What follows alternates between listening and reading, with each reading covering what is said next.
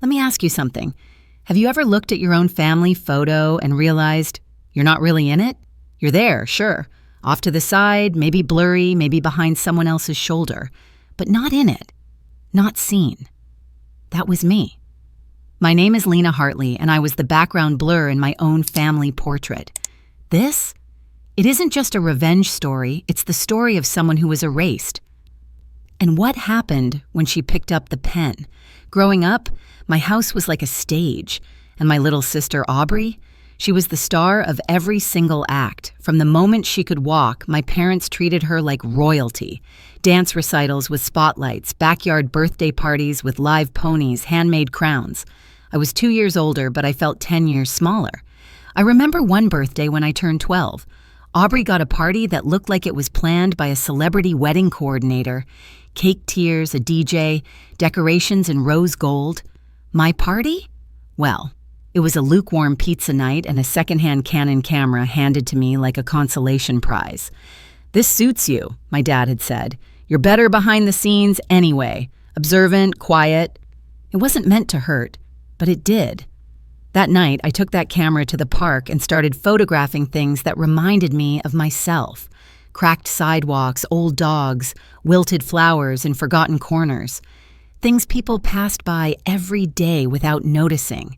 Just like me. In school, when kids wrote essays about their families, Aubrey was always in mine, but I wasn't in hers. Even in our living room, I was practically invisible. Her awards were framed and displayed like national honors. Mine? Stuffed in drawers or lost behind grocery receipts. Mom used to say, "Aubrey was made to shine. You were made to notice beauty in others." It sounded poetic, but what it really meant was, you'll never be the one in the spotlight. And I believed her. As we grew older, the gap only widened. Aubrey got into a top liberal arts college. Our parents cried. I remember standing in the hallway with a backpack full of job applications, waiting to tell them I'd landed 2 part-time gigs to pay for my online graphic design course. They never asked. They never noticed. The living room that once displayed school projects now held flower catalogs and wedding planner binders. My parents were obsessed with planning Aubrey's wedding. Swatches, cake samples, mock-up invites. Their world revolved around it. And me? I became useful, not valuable, just convenient. "Lena, could you run to the bakery?" "Lena, can you help us look at lighting setups?" "Lena, bring your camera on the big day, okay? It'll save us thousands." Then came the moment that broke me. One afternoon, my mom sat me down with a casual smile. "We were thinking it'd be lovely if you could photograph Aubrey's wedding." "Oh, sure," I said. "You mean like as a backup?" "No, sweetie, like the photographer. You're not in the bridal party anyway. Just wear black, avoid clashing colors, and stay mostly in the background. We don't want you to distract from the aesthetic." I stared at her. Was this real? They weren't just asking for a favor. They were assigning me a role. Not as sister, not as guest, as staff. A few days later, the wedding invitation arrived, but it wasn't addressed to Lena Hartley, sister of the bride. It said, "Miss Lena Hartley, Photography Services." I held that envelope in my hand for over an hour, not moving, not breathing. It was a gut punch in cursive. That moment changed something in me. I wasn't sad, not like before. I'd cried enough quiet tears over the years, while Aubrey twirled in center stage, while my parents acted like I was a fold-out chair in their living room. This time, the ache in my chest didn't lead to tears. It led to clarity. They saw me as disposable, a tool. So I made a promise. If they only ever saw me as the photographer, then I would give them a picture they'd never forget. And when I finally put myself in the frame, it would be on my terms. I kept that envelope. The one that labeled me Photography Services. I didn't rip it up. I didn't burn it. I pinned it to the corkboard above my desk, right next to the quote I used to love. "Family is not an important thing, it's everything." That quote? Yeah, it hit different now. In the weeks leading up to the wedding, the house was chaos. Glittery, champagne-scented chaos. Boxes of floral samples. Pastel napkin trials. gold-rimmed plate discussions. Aubrey twirled through it all like she was born to be admired. And I stayed on the edges, taking calls, running errands, being useful. One evening, I walked into the kitchen and saw Mom and Dad hovering over the seating chart. My name wasn't on it. I waited. Maybe it was a mistake. "Hey," I said, keeping my tone light. "Where am I sitting?" Mom didn't even look up. "Oh, Lena, sweetie, you won't be seated with the guests. You'll be in the vendor lounge, where the DJ and catering staff will be." My hand gripped the counter. "I'm not a guest?" Mom finally looked at me. Not with cruelty, just complete detachment. "You're doing photography, right? We don't want to confuse the seating flow." Dad chimed in. "It'll keep things simple." Simple. I was their daughter, their firstborn, and I'd been officially filed under staff logistics. That night, I went looking through the wedding site my parents built. There was a section titled Our Family. It showed a photo shoot of Aubrey with Mom and Dad, all wearing matching beige. Captions underneath, "Bride and Parents by the Hartley Three." No mention of a sister. No old pictures. No Lena. It was like I'd been erased. And the worst part? No one even thought it was cruel. To them, it just made aesthetic sense. You ever get to that moment where your stomach just drops? Not from sadness, but from realization? Like your brain finally connects the dots your heart's been ignoring for years. That was me, sitting at my desk, staring at my name labeled as a service, not a sibling. And here's the thing, I wasn't surprised. Not really. They'd been preparing me for this moment for years. The half-hugs, the forgotten birthdays, the way they bragged about Aubrey's natural sparkle and told me, "You're the grounded one, Lena, the solid one, the one who doesn't need attention." What they really meant was, "You're the one we don't celebrate." So when the email came from the planner, a checklist of shots they wanted, I didn't even flinch. Capture Aubrey getting ready with her girls. Focus on the bride, not the crowd. Minimal family shots. Let's keep the focus clean. They didn't even try to pretend. They wanted me invisible, useful, quiet. And that, for some reason, was the final straw. I remember standing in the hallway that night watching Aubrey laugh with her fiancé. My mom walked by, paused, and whispered, "Make sure to bring a backup lens, okay? Can't risk bad lighting on the big day." I nodded. Then I went to my room, shut the door, and smiled. Not because I was okay, but because I was done. Done waiting. Done asking for space in a frame I never chose. Done being grateful for scraps. And if you're watching this right now thinking, "I would have walked out right there, I would have said something," let me ask you, what would you do if your own parents crossed the line between family and function and never looked back? Drop it in the comments. I'm still wondering why I didn't scream that night. Instead, I opened my laptop, not to edit photos, but to apply for something I'd been too scared to consider. A business mentorship program I'd bookmarked 6 months ago. It cost almost everything I had, but I clicked. Submit anyway. And then I pulled out a folder, full of receipts, cash tips, old freelance invoices I'd been tucking away in envelopes and jars, small jobs, side projects, stuff I'd done for other people who actually saw value in me. It wasn't a fortune, but it was mine. That night, I didn't fall asleep crying. I stayed up building. By dawn, I had a brand name sketched out, a mood board saved, and a list of 10 local wedding venues I planned to contact as a second shooter. If they were going to call me photography services, then fine. But from now on, I'd be the kind they couldn't afford. When you grow up being invisible, you learn to move in silence. You learn to take pain and tuck it in your pocket like loose change. You learn not to expect applause, just space. But that night, after seeing my name removed from the seating chart and watching my mother breeze past me like I was housekeeping, something shifted, and it wasn't sadness, it was something sharper, clarity. I opened my laptop not to edit wedding photos or check lighting references. I opened a blank Google Doc and typed in 2 words, exit plan. It wasn't about burning bridges. It was about building my own damn house. For years, I'd done free photo sessions for neighbors, edited videos for classmates, designed flyers for local shops. I never charged much, sometimes nothing, because part of me believed that was all I was worth.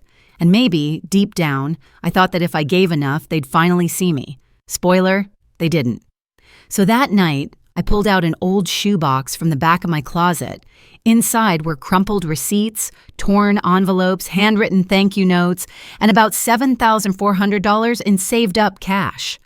Money from side gigs, tips from parties, a little here, a little there, every time someone else saw value in my work. I counted it twice. I cried once, then I applied to an online business mentorship program I'd been eyeing for months. The tuition nearly wiped me out, but I hit submit anyway. It felt like I was betting on someone I'd almost given up on, myself. The next morning, I didn't sleep in. I opened Canva and started designing a brand kit. I picked a name, something clean, confident, Hartley Creative Studios. Not because I loved the family name, but because I was ready to reclaim it. Every spare minute over the next 6 weeks went into rebuilding. New website, new pricing packages. I upgraded my camera gear. I messaged past clients for reviews, cold emailed wedding planners, and started tagging luxury vendors on social media. I stopped saying, just a photographer. I started saying, I capture legacies. My first $2,500 wedding booking came in mid-May, then a $3,000 engagement in Miami, then a collaboration with a local designer that got reposted by a mid-tier influencer. My inbox didn't explode, but it warmed up, enough to know I was climbing. Meanwhile, at home, no one noticed. To them, I was still Lena with the camera, still the girl you ask to help wrap centerpieces or hold a reflector, still staff. And you know what? I was done correcting them. Then something strange happened. While scouting venues for a client, I visited Hillcrest Manor, a beautiful historic estate on the edge of town. Ivy walls, creaky floors, the kind of place that whispered stories. The manager told me they were struggling post-pandemic, fewer bookings, maintenance costs high. Honestly, she said, if we don't get a buyer soon, we might have to shut down. A beat passed. Then I asked, would you take a meeting with a private buyer? I didn't tell her I was 27. Or that I'd grown up being told I wasn't built to shine. I just scheduled the meeting, went home, and started crunching numbers. With my savings, credit approval from a small business loan, and a little help from a mentor I'd met in the program, I could make a down payment. It was a risk, a big one, but as I stared at the blueprint on my laptop, something clicked. My family had erased me from the narrative of their lives, so I would write my own chapter. In ink. On property they couldn't edit. 1 week before the wedding, the sale went through. Hillcrest Manor was officially mine. Escrow confirmed, documents signed, deed in my name. And I didn't say a word. Not to Mom, not to Dad, not to Aubrey. Because some announcements don't need volume. They need timing. Weddings are funny. They're supposed to be about love, family, new beginnings, but sometimes they become the perfect stage to expose everything that's been wrong for years. And on that Saturday morning, as I slipped into my black tailored suit, tied my hair back into a low bun, and clipped a professional-looking DSLR around my neck, I didn't feel like a daughter. I felt like a ghost with a plan. Hillcrest Manor looked like something out of a magazine that day. Ivory drapes on every column, roses in delicate shades of blush and gold, guests in floor-length gowns and tuxedos sipping champagne before noon.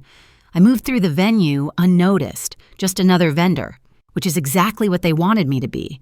I passed by the prep room where Aubrey stood in a sea of bridesmaids, laughing loudly as a makeup artist powdered her cheekbones. She didn't see me. Or maybe she did and chose not to.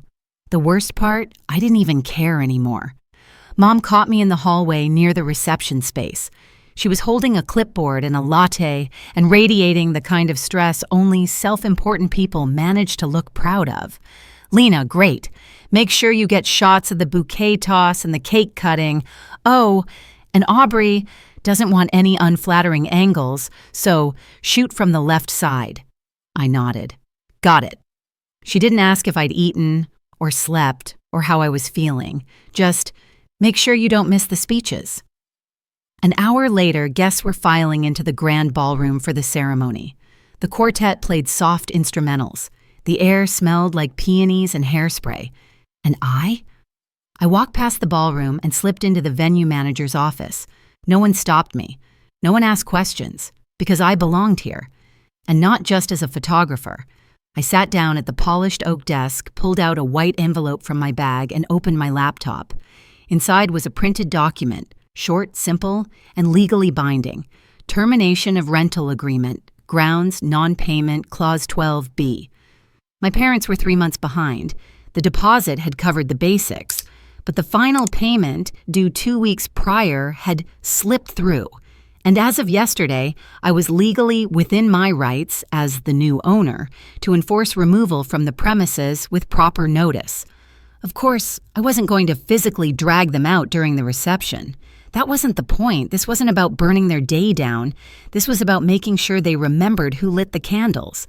I folded the document, sealed it in the envelope, and wrote in gold ink across the front, "From your photographer." I walked back into the ballroom just as Aubrey and her fiancé exchanged rings.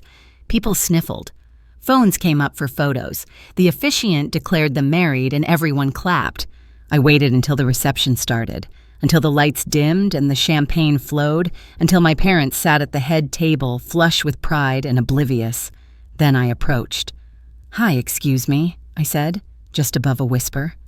Dad barely glanced up. "Oh, Lena. Did you get the photo of the kiss?" "No," I said, "but I got something better." I placed the envelope on their charger plate, the one with the gold trim they'd insisted on importing. "Open it together," I added, then turned to walk away. I didn't look back, but I heard it. The scrape of a nail on paper, the confused pause.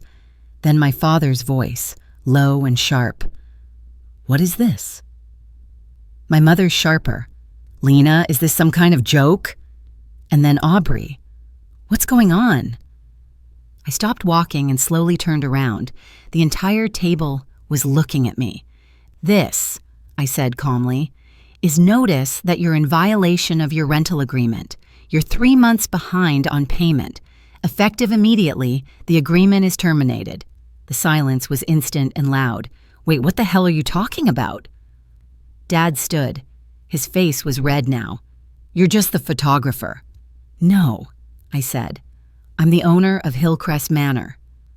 I reached into my bag and pulled out the deed, still warm from its plastic sleeve. "I bought this property 2 weeks ago. The contract went through, and today I just wanted to see if you'd remember to treat me like a daughter. But I guess I got my answer." Mom stood now too. "You can't do this. This is your sister's wedding." "No, Mom," I said, still soft. "This is my building, and your wedding day was never mine. You made sure of that." For a full 10 seconds, no one moved. Some guests had stopped eating. A few had taken out their phones. The servers, people I'd once worked beside, stared at me with wide eyes. It wasn't about revenge anymore. It was about presence, about finally being seen. And I was. I walked out of the ballroom to the sound of clinking glasses and murmurs. Not cheers, not applause, just awareness. That was enough. Later that night, I stood alone in the bridal suite. Yes, that suite. The one listed in the venue guide as non-transferable, but I was the exception now. I poured myself a glass of the champagne my mother once told me I'd never understand. I took a slow sip. The mirror caught my reflection. Not tired, not bitter, just real. For once, I didn't feel like I'd stolen something. I felt like I'd reclaimed it. The next morning, I expected silence, and that's exactly what I got. No calls, no messages, not even a passive-aggressive email from my mother. For a moment, I wondered if they thought I was bluffing, if they believed the whole "I own the venue" thing was just a dramatic tantrum. But by noon, I got confirmation. The property manager forwarded me a photo.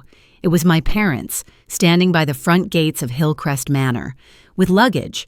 They had stayed the night and were now leaving. The caption read, "Keys returned, no damage, looks like they packed in a hurry." It hit me then. This wasn't a scene. This was real. I had pulled the power cord on their perfect picture.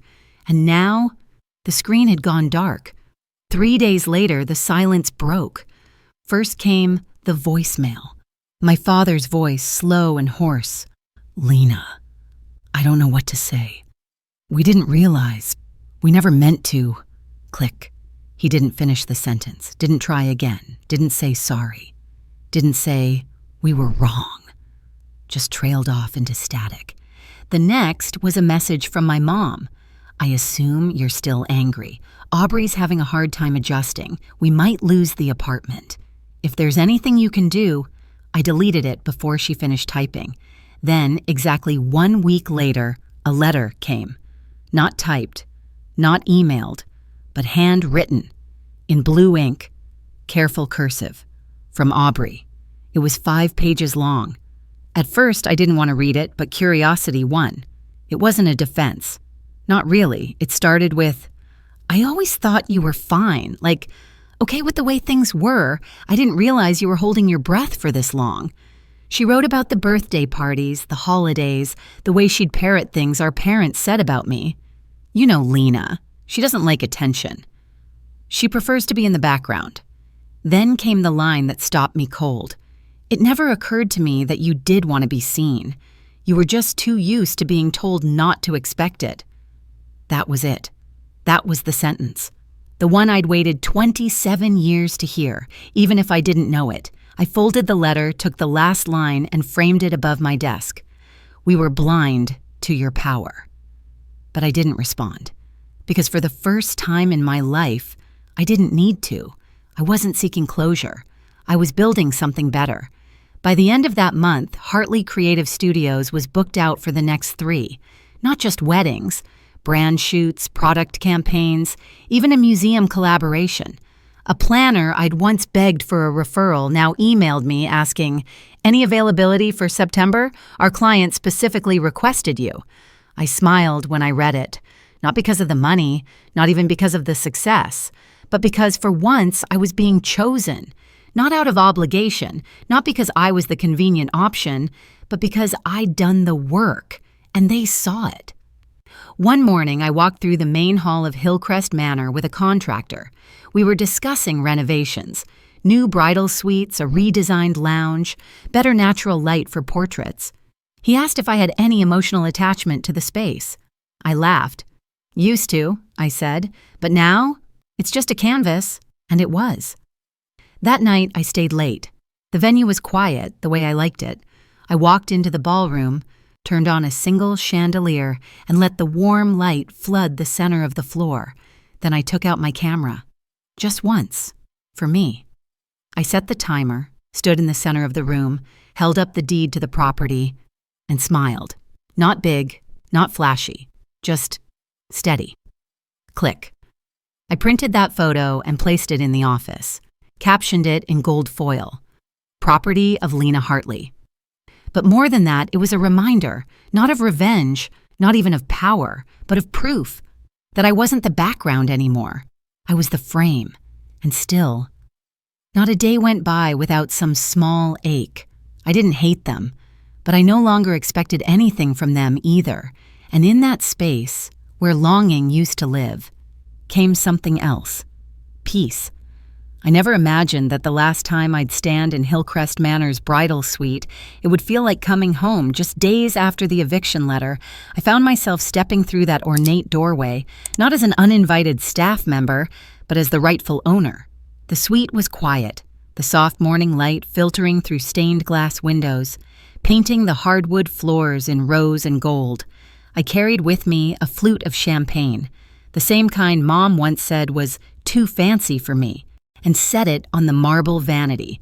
The cork's pop echoed in the empty room, a private toast to reclaim dignity. As I leaned back against the sink, I glanced at the crystal mirror. My reflection stared back, calm eyes, a suit jacket slung over one shoulder, hair neatly tucked behind my ears. No longer the overlooked daughter, no longer the shadow in my own life. When I was a kid, I thought family portraits were windows into belonging.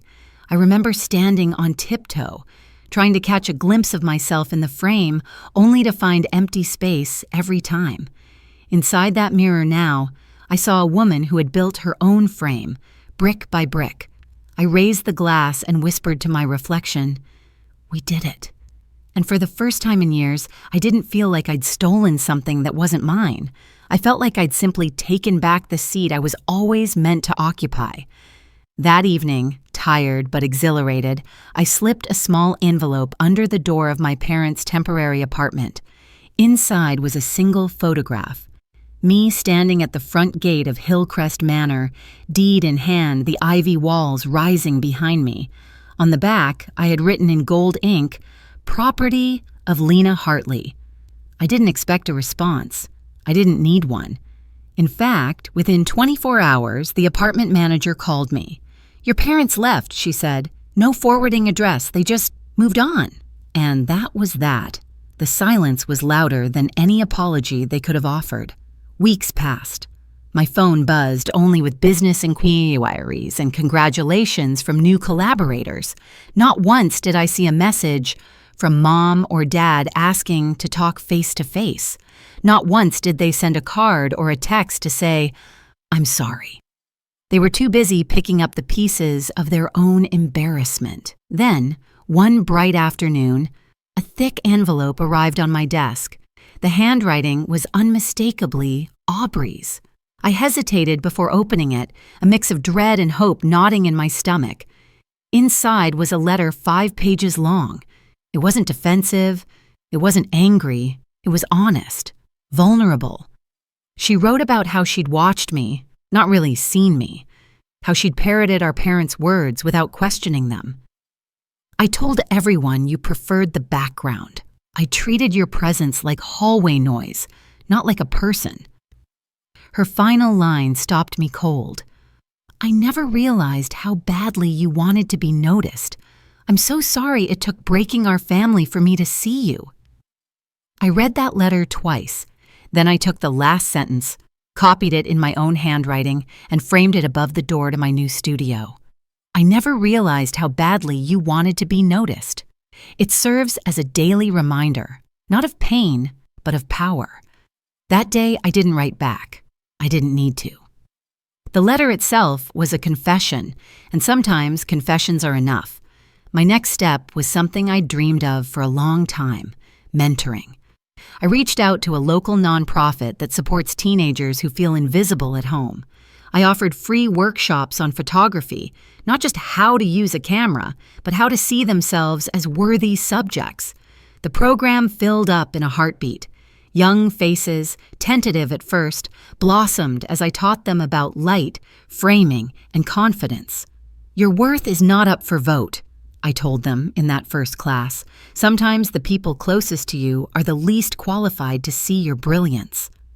I could see nods around the room, the same nods I'd given to myself when I discovered my own talent. And in those moments, I realized this was the real reward.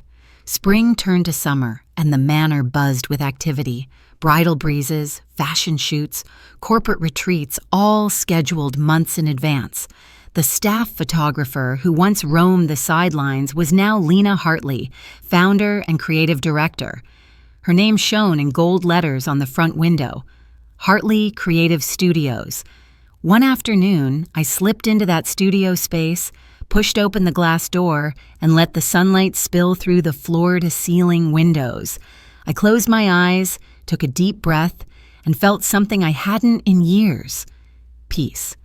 As I walked to my desk, I passed the framed sentence from Aubrey. It caught my eye, and I smiled, because I'd come full circle, from being silenced to having a voice, from being unseen to guiding others to the spotlight. At my desk, I found a note on a salted caramel macaron from a satisfied client. "Thank you for seeing me." I tucked it next to the framed line and tapped it fondly. I poured myself a cup of coffee. No champagne this time, just everyday gratitude in a mug. I looked at the row of cameras, lenses, and printed photographs lining the shelves. Each one captured a moment someone thought not worth noticing. And I thought, this is why I do it. I didn't need my parents' approval. I didn't need their applause, because I'd learned how to applaud myself, Audience prompt: have you ever been the background in someone else's life, only to discover your own spotlight? Tell me in the comments about a time you reclaimed your worth. I read every word. That afternoon, I opened the studio door to welcome my next mentee, a shy girl clutching an old point-and-shoot camera. And as she stepped through, I realized my family story wasn't mine anymore. This, right here, was the family I chose, the one that saw me, the one I built with my own 2 hands.